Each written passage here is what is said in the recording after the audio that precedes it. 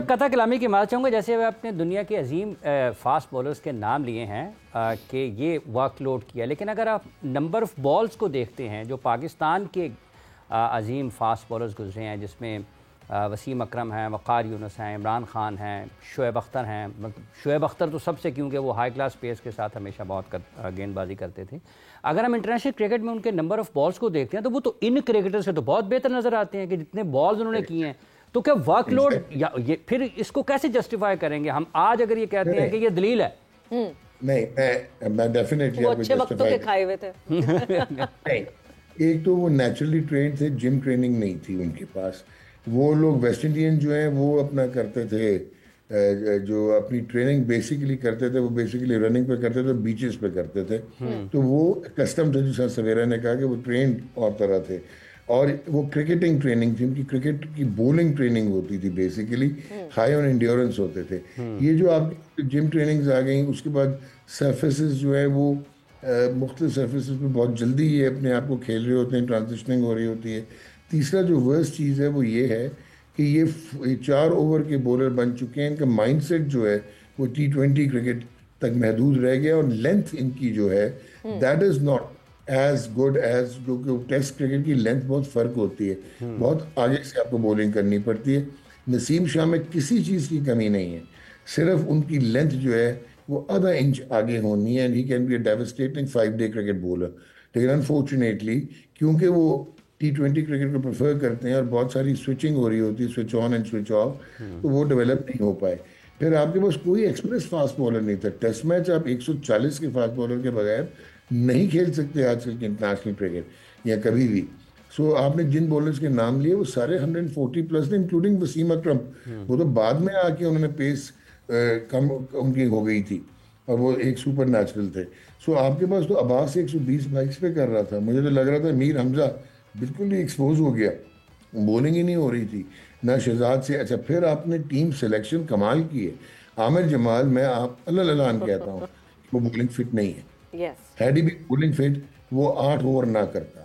آپ نے اس کو بیٹنگ ڈیپتھ کے لیے ڈال لیا, اور اس کے بعد آپ نے اس ٹیسٹ میچ میں پہلے اننگ میں اس کو 12 اوور کرا دیا. اس کی لینتھ دیکھیں آپ, پیچھے مار رہا تھا, وہ ادھر کر ہی نہیں رہا تھا. جب ہم نے آسٹریلیا میں اس کو دیکھا تھا کہ بیک انجری کے بعد اس bowling has been a suspect. تو آپ کی ٹیم سلیکشن عجیب و غریب آپ نے کی ہے.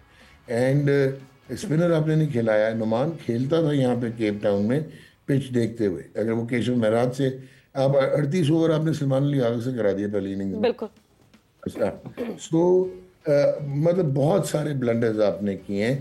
آپ کے مطلب انفارچونیٹلی ایسے لگ رہا ہے کہ جس طرح آپ T20 کرکٹ میں irrelevant لگتے ہیں, ون ڈے میں آپ نے 3-0 جیتا ہے ساؤتھ افریقہ سے. اچھے لڑکے لگ رہے ہی آ گئے ہیں, سائم وغیرہ کی پرفارمنس بہت ہی بریلینٹ تھی, لیکن ٹیسٹ میچز میں بھی ابھی آپ irrelevant ہیں, کافی irrelevant. اچھا ڈاکٹر صاحب, یہ جو پلینگ 11 کی آپ نے بات کی, ہم راول پنڈی میں کھیلے, ہم نے کوئی اسپنر نہیں کھلایا. ہم ساؤتھ افریقہ میں کھیل رہے ہیں, ہم کوئی اسپنر نہیں کھلا رہے ہیں. تو یہ پاکستان میں ہوں یا آپ جنوبی افریقہ میں ہوں, یہ ٹیم سلیکشن پلینگ 11 کا انتخاب, حتمی کھلاڑیوں کا 11 کا انتخاب, یہ مسئلہ کیوں ہے آپ کے خیال میں؟ اسپنر سے کیا پرابلم ہے ہماری مینجمنٹ کو؟ دیکھیں, ایک تو نا ہم نے پری کنسیوڈ مائنڈ سیٹس بنا لیے ہوئے. اگر آپ کو یاد ہو کہ اظہر محمود نے شاید کہا تھا we do not have quality spinners, جب آپ آئے اور پھر آپ نے ملتان میں وہ پنکھے لگا کے پچ بنائی, اور آپ نعمان علی کو اور ساجد خان کو لے کے آئے اور انہوں نے کمال ہی کر دیا, لمبی بولنگ کر کے آپ کو ٹیسٹ میچ جتا دیے. تو ایک تو پرسیپشنز ہیں, دوسرا یس کوالٹی آف بولرز ہماری, کیونکہ فرسٹ کلاس کرکٹ بالکل فارغ ہو چکی ہے. اور ہم جتنا ابھی مطلب آپ کو پتہ لگا کہ قائد اعظم ٹرافی ہوئی ہے, سیالکوٹ جیتا اور کیا کوالٹی تھی اور کیسے تھا, وہ ایسے لگتا ہے ہم رن تھرو دا موشنز کرنے کی کوشش کرتے ہیں. تو آپ کی کوالٹی آف پلیئرز اب ماڈرن کرکٹ کے ساتھ سنک نہیں کرتے, یہ ہمیں مان لینا چاہیے. اور اب ایسے نہیں ہو سکے گا کہ میں نے ادھر سے اس کو بلا لیا, اس دراز میں سے یہ نکال لیا تو وہ آپ کو میچ جتائیں گے. اب آپ کو, کیونکہ انٹرنیشنل کرکٹ بہت آگے چلی گئی ہے, اور اب تو کل سے باتیں شروع ہو گئی ہیں, پرسوں سے, کہ 2 ٹیئر سسٹم ٹیسٹ میچز میں کرتے ہیں, پولرائز کرتے ہیں کرکٹ کو. دس از انفارچونیٹ کہ ہم الوژنس میں رہ رہے ہیں. اب مطلب آپ یہ سوچو کہ ایک طرف آپ انڈیا کو رکھو 2007 کے بعد, اور پاکستان 1999 سے لے کے اور 2025 تک 11 ٹورز کیے ہیں آسٹریلیا اور ساؤتھ افریقہ کے, اور 30 ٹیسٹ میچ یہ کھیلے ہیں, 29 ہارا ہے اور 1 جیتا ہے, اور کوئی ڈرا نہیں کیا. ڈرا نہیں کر سکتے ان کنٹریز میں. تو دیٹ کلیئرلی شوز کہ آپ کی technique, method, ability, skill set اور گیم اویئرنیس فارغ ہو چکی ہے. کیسے صحیح ہوگی؟ مطلب ہم اگر یہ سوچ لیں کہ اچھا جی یہ تو سب خراب ہو چکا ہے، کیونکہ جب آپ فٹنس کی بات کرتے ہیں ڈاک، جیسے ہی ساجد اور نعمان کو ایمرجنسی بیسس پہ ٹیم کا حصہ بنایا گیا، یہ وہ پلیئر تھے جنہوں نے ہمارا fitness test, so called fitness test pass نہیں کیا تھا. جنہوں نے پاس کیا تھا وہ تو 5ویں دن کیا دوسرے دن کے بعد ہی ان کی کمر نہیں بینڈ ہو رہی تھی صحیح طریقے سے. تو ہم یہاں بھی غلط کر رہے ہیں، ہم اس فٹنس کو بھی نہیں دیکھتے، ہمارا سکل سیٹ بھی ان سے کم ہے، ہماری گیم اویئرنیس تو پتہ نہیں دکھ رہی ہوتی ہے اور ایک دم سے غائب ہو جاتی ہے گیم اویئرنیس. بالکل. دیکھیں سویرا، عمران، جو بہت کلیئر چیز ہے نا وہ یہ ہے کہ اب آپ کو اپنے پاتھ ویز ڈیولپ کرنے پڑیں گے، اور آپ کو ٹیئر کرکٹ جو ہے نا، جو انڈر 13 انڈر 16 انڈر 19، یہ لانگ ٹرم پروسیس ہے کہ وہاں پہ آپ ملٹا اسپورٹس جو ہے اس کی انٹیگریشن کرتے ہیں ٹیکنیک کی.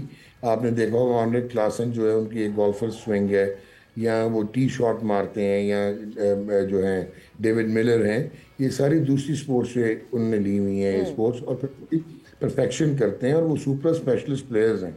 اسی طرح آپ کو اے آئی جنریٹڈ بایو میکینکس، کنیزیالوجی، ریہیبلیٹیشن، اب آپ کے اسپورٹس کا جو سب سے امپورٹنٹ پی سی بی میں جو فوکس ہونا چاہیے، وہ اسٹیڈیم بنانے سے بھی زیادہ وہ ہونا چاہیے آپ کا medical panel state of the art ہونا چاہیے، جہاں پہ انجری پریونشن ہونی چاہیے. مذاق ہے میڈیکل پینل جو پاکستان کرکٹ بورڈ. اب میں آپ کو بتا دوں، یہ جو سویرا کہہ رہی ہے وہ مذاق ایسے ہے کہ محمد علی ڈیزی کو آپ کھلاتے ہیں، تیسرے دن اس کی وہ ہانپنے لگ جاتا ہے، گھٹنے اس کے جڑ جاتے ہیں. آپ خرم شہزاد کو کھلاتے ہیں، کبھی ایبڈومینل کور انجری ہو جاتی ہے، اور کبھی انفارچونیٹلی جو ہے وہ تیسرے سیشن تک نہیں جا رہا ہوتا. صرف عباس، کیونکہ وہ ایک بہت پرانا وہ فٹنس اس کی نیچرل فٹنس ہے ایتھلیٹسزم میں، تو وہ لمبی بولنگ کر سکتا ہے. مجھے بتا دیں باقی کون لمبی بولنگ کر سکتا ہے؟ تو ٹیسٹ میچز اب لمبی بولنگ کے بغیر، اب پہلے دن آپ نے 22 اوور کروا دیے، ٹھیک ہے، کیونکہ عامر جمال نے، میں سپر اسپورٹس پاک کی بات کروں پہلے ٹیسٹ کی، یہ فارغ ہو گئے آپ کے بولرز، کیونکہ عامر جمال کو پروٹیکٹ کرنے کی کوشش کر رہے تھے، کیونکہ آپ نے ضد میں اس کو کھلایا ہوا تھا. سو یہ ساری چیزیں جو ہیں آپ کو ریسٹرکچر کرنا پڑے گا. ڈومیسٹک کرکٹ میں یہ جو بڑے نام ہوتے ہیں نا، جب $18,000 اور 50 لاکھ دے دیا اور ہم نے فلانے نے جوائن کر لیا، وہ مینٹورنگ کرے گا، مجھے یہ بتائیں کہ ماں سوائے سکلین مشتاق کے، کیونکہ I can bail him out کہ وہ ہر جگہ اس نے کام کیا ہوا، انگلینڈ ہے، آسٹریلیا ہے، بنگلہ دیش ہے، ویسٹ انڈیز ہے، ایون آسٹریلین اکیڈمیز میں بھی گیا ہے، نیوزی لینڈ میں کام کیا ہوا ہے. ادروائز جتنا بڑا نام ہے، ان کے سیمپل سائز کیا ہیں، انہوں نے کہاں پہ مینٹورنگ ہے، کوچنگ کی ہے. ابھی اب انڈیا کے گلے پڑ گیا کیونکہ اس نے کوچنگ نہیں کی ہوئی تھی، گوتم گمبھیر نے، وہ مینٹور تھا. آپ دیکھ لیں کہ ان کی ٹیم وہی ٹیم تتر بتر ہو کے اوپر کھڑی ہو گئی جو راہل ڈراوڈ کے زمانے میں انوینسیبل لگتی تھی. سو دیٹ کلیئرلی شوز کہ ہم لوگوں کو اب ریلیونٹ لوگوں کو لانا پڑے.